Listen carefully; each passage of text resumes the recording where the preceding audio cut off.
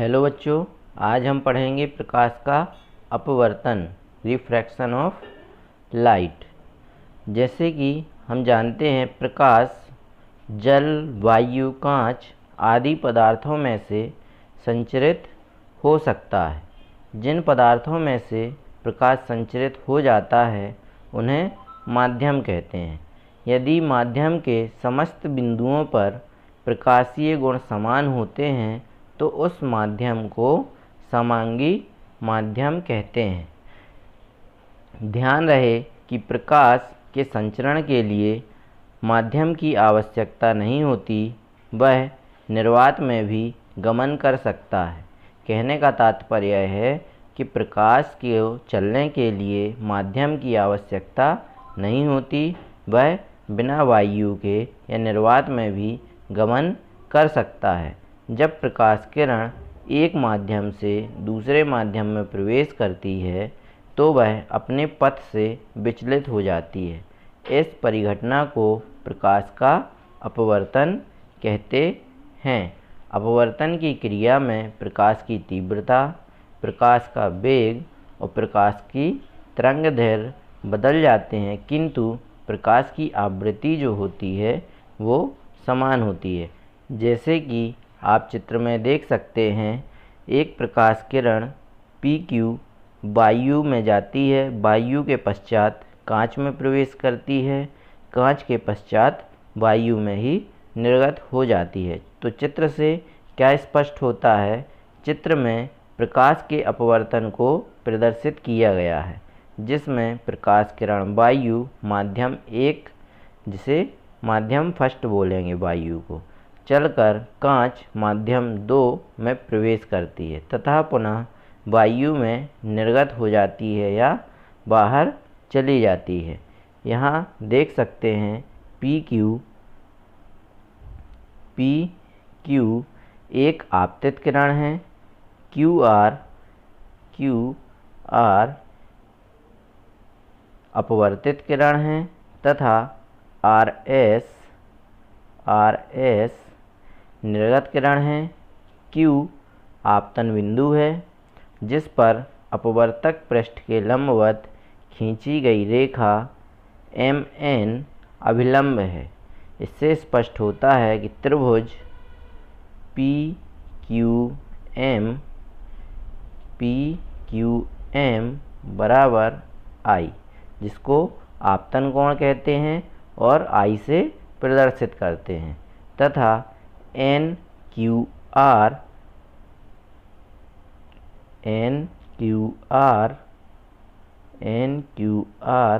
जिसको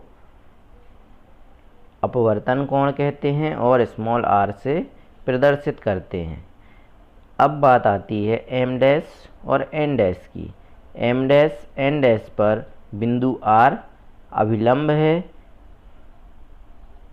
त्रिभुज N' RS बराबर E होगा, जिसको निर्गत कोण बोलेंगे, एंगल ऑफ इमर्जेंस कहते हैं। इसे स्मॉल e से प्रदर्शित करते हैं। इसके बाद बात करते हैं, प्रकाश किरण जब विरल माध्यम से सघन माध्यम में प्रवेश करती है तो क्या होता है, और जब प्रकाश किरण विरल माध्यम से सघन माध्यम में प्रवेश करती है तो क्या होता है। जैसा कि आप चित्र में देख सकते हैं, PQ एक आपतित किरण है और QR निर्गत किरण है या अपवर्तित किरण है। तो PQ विरल माध्यम से चलकर सघन माध्यम में प्रवेश करती है।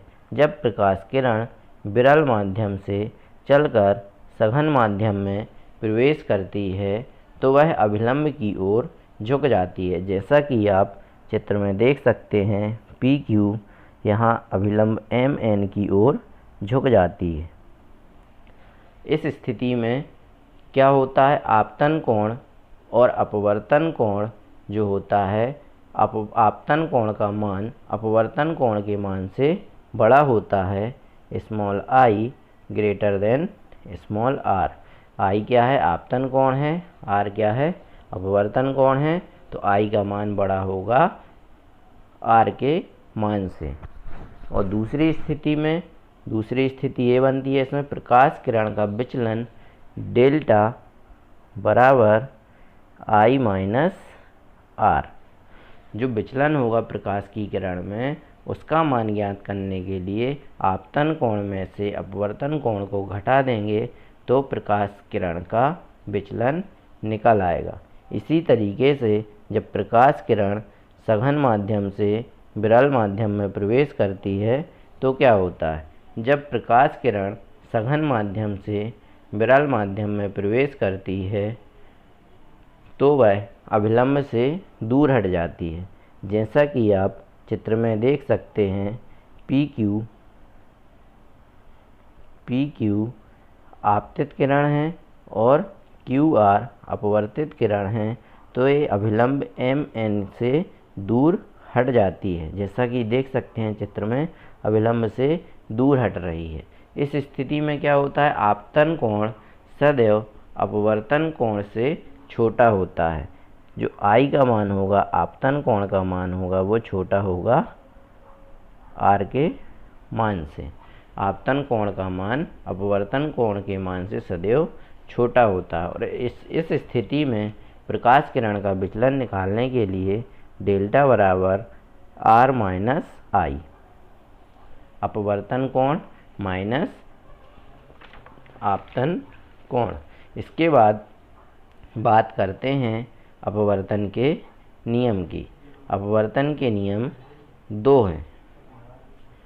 पहला, प्रकाश का अपवर्तन निम्न दो नियमों के अनुसार होता है, जिन्हें अपवर्तन के नियम कहते हैं। पहला, आपतित किरण, अपवर्तित किरण और अंतरापृष्ठ पर अभिलंब तीनों एक ही समतल पर होते हैं।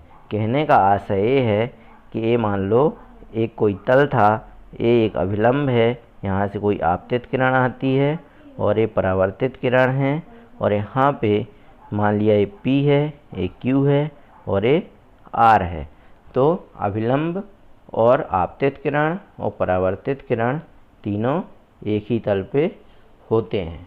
दूसरा नियम है, किन्हीं भी दो माध्यमों के लिए आपतन कोण की ज्या साइन I और अपवर्तन कोण की ज्या साइन R में एक निश्चित अनुपात होता है, जिसे पहले माध्यम के सापेक्ष दूसरे माध्यम का अपवर्तनांक कहते हैं। इसे प्रायः 1μ2 से प्रदर्शित करते हैं। तो साइन I और साइन R, आपतन कोण की ज्या साइन I होगी और अपवर्तन कोण की ज्या साइन R होगी। इसको लिख सकते हैं साइन I अपॉन में साइन R बराबर 1μ2, या एक नियतांक लिख सकते हैं। एक नियतांक जो होगा जिसे अपवर्तनांक कहते हैं। 1μ2 लिखने से आशय यह है कि पहले माध्यम के सापेक्ष दूसरे माध्यम का अपवर्तनांक। इसे सर्वप्रथम वैज्ञानिक डच स्नेल ने दिया था सन 1621 में, इसलिए इसे स्नेल का नियम कहते हैं। अब यदि प्रकाश दूसरे माध्यम से पहले माध्यम में जाए, अर्थात कहने का तात्पर्य है कि प्रकाश का मार्ग उल्टा हो जाए, तब प्रकाश की उत्क्रमणीयता से sine I sine R upon में साइन I बराबर 2μ1 होगा। यहाँ देख सकते हैं दोनों समीकरणों को जब मिलाएंगे तो क्या होगा, sine I upon sine R into sine R upon में साइन I, तो ये एक दूसरे से कैंसिल आउट हो जाएंगे, जिसकी वैल्यू आएगी 1। तो इसको लिख सकते हैं 1μ2 इंटू में 2μ1 बराबर 1 होता है। कहने का तात्पर्य है पहले माध्यम के सापेक्ष दूसरे माध्यम का अपवर्तनांक और दूसरे माध्यम के सापेक्ष पहले माध्यम का अपवर्तनांक सदैव 1 होता है। दोनों का यदि गुणनफल करें तो वो हमेशा सदैव 1 के बराबर आएगा। और नोट्स लिखने के लिए ये नोट्स हैं। ये पेज नंबर 1 है और ये पेज नंबर 2 है। वीडियो को पॉज करके आप नोट्स लिख सकते हैं। और ये पेज नंबर 3 है। और यदि वीडियो अच्छा लगे तो लाइक करना और चैनल को सब्सक्राइब करना, ताकि आने वाली वीडियो का नोटिफिकेशन आपको मिल सके।